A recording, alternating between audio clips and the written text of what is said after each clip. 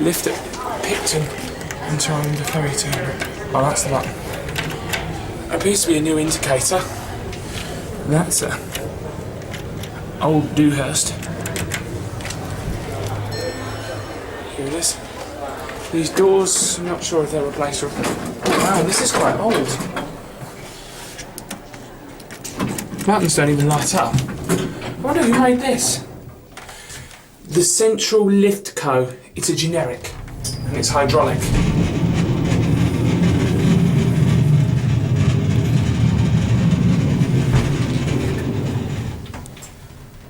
It's got a new Schindler indicators on the outside. Here we are.